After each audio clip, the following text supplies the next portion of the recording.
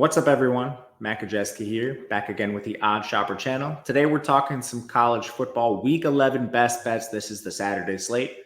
Before we get started, make sure to hit that thumbs up button, subscribe to the channel, and hit the notification bell so you know when this and all other content goes live. Thank you if you've done that. It helps us a ton. We're also brought to you by Bet365, and they have a deal where you can bet $5 on any game, and you will get $150 in bonus bets, whether it wins or loses. That could be a side or total. It does not matter. And better yet, if you click the link below or head to our Odd Shopper website, you will see a section that says Get Tails for free.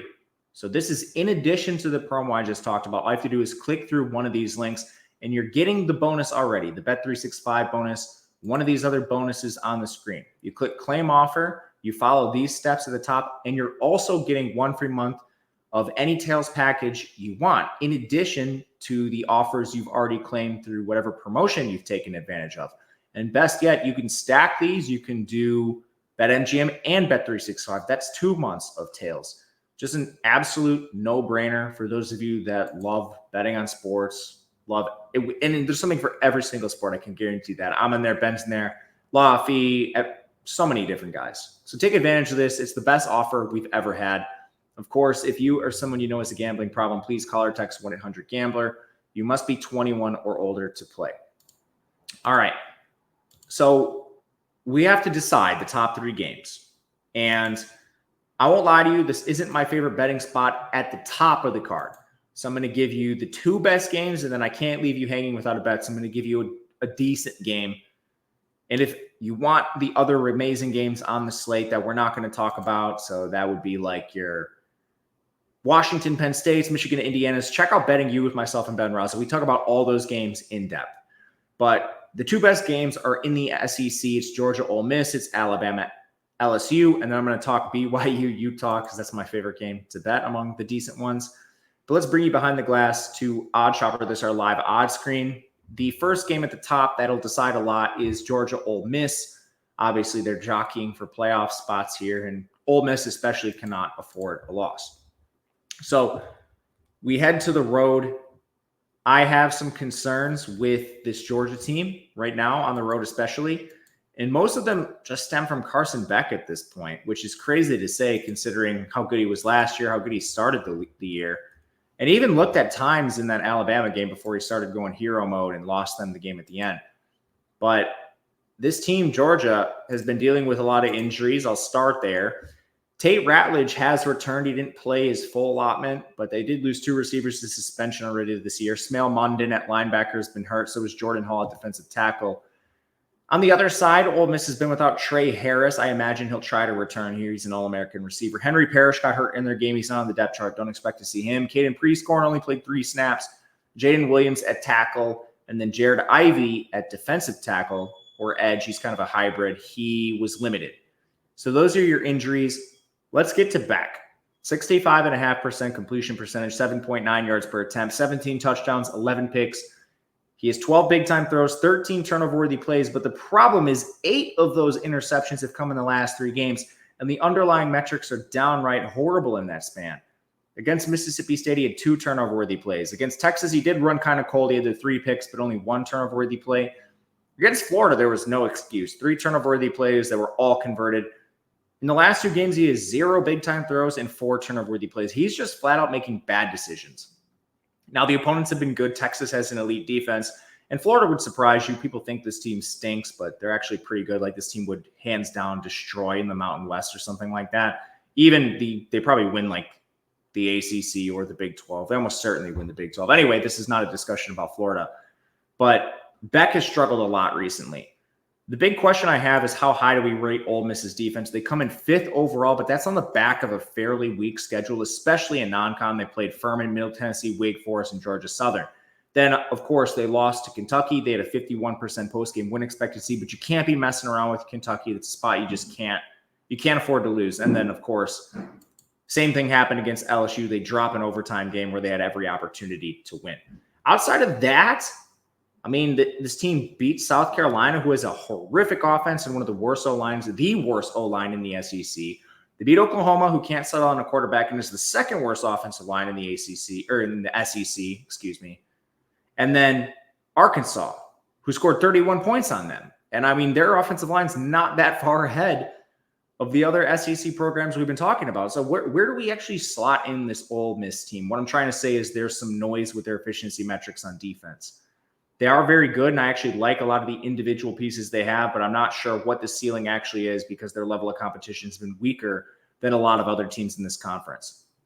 On the other side, would love if Trey Harris suits up in this game because Georgia has been a little vulnerable, at least compared to previous years. We're used to this team being the number one defense in the country. They've slipped to 23rd, which is still amazing. It's towards the top of the SEC, but they're no longer the impenetrable unit that they've been in the past. And this is an upgrade on previous editions of Ole Miss's offense. They go about 4 deep at wide receiver at this point. Losing Henry Parrish is tough, but Ulysses Bentley is still there. And this Georgia defense just allowed production to DJ Lagway.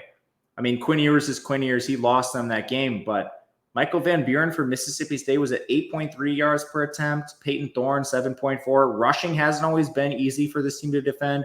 7 yards per carry to Jarquez Hunter, 7.3 to Jalen Milroe. They've gotten a little healthier up front, so I don't think Ole Miss runs it down their throat or anything. What I'm trying to say is I think this is a very close game, and if you force me to pick, it would be an Ole Miss or pass, especially at home. 3s are out there. They're a little bit juiced. That's the number I need. I would prefer to see this closer to even juice, so I'm not going to take this right now, especially with this, probably moving the other direction. It looks like it's just going to be a stay away from me, but it is currently an Ole Miss or pass. Second game up, we are going to Death Valley, where we have Alabama coming to town. Similar spread. Alabama's favored by 2.5, 3. It's kind of settled on the road in most areas. And the total in this game, it comes in at 58.5 points. I think there should be some interest in that right away. But overall pacing is not going to be fantastic in this game. People might be surprised to know that LSU is playing slower than normal. They're 83rd in pace. Alabama is 73rd. But this one, I actually favor the Crimson Tide if you force me to pick. I would need a 2.5.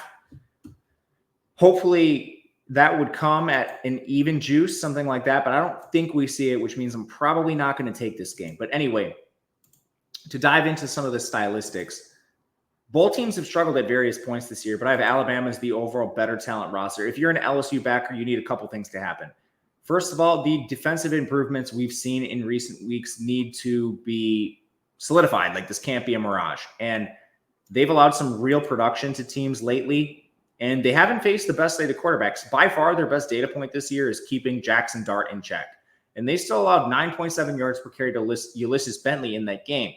And the biggest concern you have with them, especially since Zay Alexander returned, is just up front. That was their weakness coming into the year, but they just allowed 5.9 yards per carry to Le'Veon Moss, 7.6 to Amari Daniels, both those Texas A&M backs, 5.2 yards per carry to Jaquindon Jackson of Arkansas, just mentioned Ole Miss. They allowed 6.2 yards per carry to Kentrell Bullock of South Alabama. Now, you could argue maybe they weren't trying, but 7.5 yards per carry to Raheem Sanders.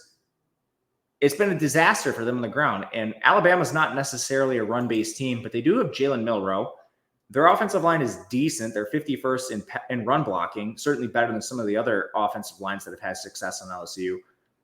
The LSU defense comes in 51st overall. That might surprise a lot of people, but run defense is 89th. So that's a big concern for me. On the other side, Alabama has shown cracks. This unit has very good efficiency metrics across the board. They're 10th in overall defense. They're actually 21st in offense too. But when they face elite offenses, they've allowed a lot of production. Diego Pavia got them for 12.5 yards per attempt. Beck was at 8.8. And they've kind of just stifled the bad quarterbacks they faced this year. Obviously, they faced Drew Pine, Braden Locke. So there's been some pretty bad QBs that have inflated their metrics. But they're playing a couple freshmen in the back end. That's been a disaster for them at times. Keon Sabb missed their last game at safety. The only thing I think you worry about with LSU moving the ball is just Nussmeier and his 10 turnover-worthy plays. He's been pretty good on offense, and their O-line is excellent in pass blocking, 19th overall. They can't run the ball as well this year, which has been a big surprise. But 62.5% completion. He has 20 touchdowns, 9 picks, but 10 turnover-worthy plays. He's run a little bad there. My biggest hesitation betting Alabama, aside from their defensive lapses at times, is just Nussmeier's been awesome at times. You're kind of banking on him with a stupid turnover, which is about a once-a-game occurrence for them. But I'll wait. We'll see where this goes. Perhaps there's a late Alabama in the cards, but right now I'm not going to play it. Last one up, giving you a bet to finish this out. I'm taking BYU. I do not think the magic ends, even whatever they call this, the Civil War, the Holy War or something. I don't remember. BYU is going to Utah. Fortunately, they're very acclimated to like elevation and stuff, playing in Provo. And a lot of this just comes down to health, man. Like, it's not just Cam Rising. Utah has been an absolute disaster this year with injuries. That definitely is the biggest place to start. Without Rising, they've been forced to play a 4-star freshman in Isaac Wilson. I think they're cutting bait too soon. They announced he's a co-starter with Brandon Rose this week. If you don't know Brandon Rose, he's thrown 15 passes this year, and he has 2 turnover-worthy plays. This just seems like a very short-sighted decision, in my opinion. Regardless, they're not going to have good quarterback play. Wilson hasn't been good out there. I just think from a team-building perspective, he should learn rather than watch some other scrub play. Anyway, they lost their number 2 receiver, Money Parks. Their right guard's been out. On defense, they have a ton of players missing. They did return Connor O'Toole on the edge and Kieran Reed at linebacker, but Junior Tafuna at linebacker, Keanu Tanuvasa at defensive tackle, Aliki Vamahi at defensive tackle, Sion Fotu at linebacker, Lavani Damuni at linebacker, Keenan Johnson at corner. It should come as no surprise that this defense has been a lot worse than we're typically used to seeing from Utah, and it's showed up in the box score. It just lost to Houston, lost to TCU, lost to Arizona State, lost to Arizona. Like, these aren't even the best teams in this conference. BYU is the single best team right now, at least according to win-loss record. And efficiency metrics are rising on them. They've jumped to 22 in power rankings. They're 48th on defense. They're very good against the run. They're 37th there. It's their best defensive metric. Utah cannot throw, so they're set up well to defend this team. And then on offense, Retzlaff is giving them a lot. Their receivers have been a surprise, but Lassiter, Roberts, they've gotten it done. They're healthy at running back now. LJ Martin and company, Ropati, these guys were all injured to begin the year, playing basically walk-ons at that position. Now they're healthy. The offensive line's also gotten healthier too. The only guy they're missing is their center right now, Pay. They've been able to overcome that. 26th in pass blocking, 50th in run blocking. They should be able to do whatever they want to Utah, who's now been a sieve on the ground. They're 78th in run defense. They just allowed over 10 yards per carry to one of the Houston backs. Trent Battle for TCU was over 5 yards per carry. Savion Williams over 10. Scatabo 7.2 for Arizona State. Quayle Conley 5.1 for Arizona. It's been a complete disaster on the ground. And then Retzlaff has been fine as a quarterback through the air.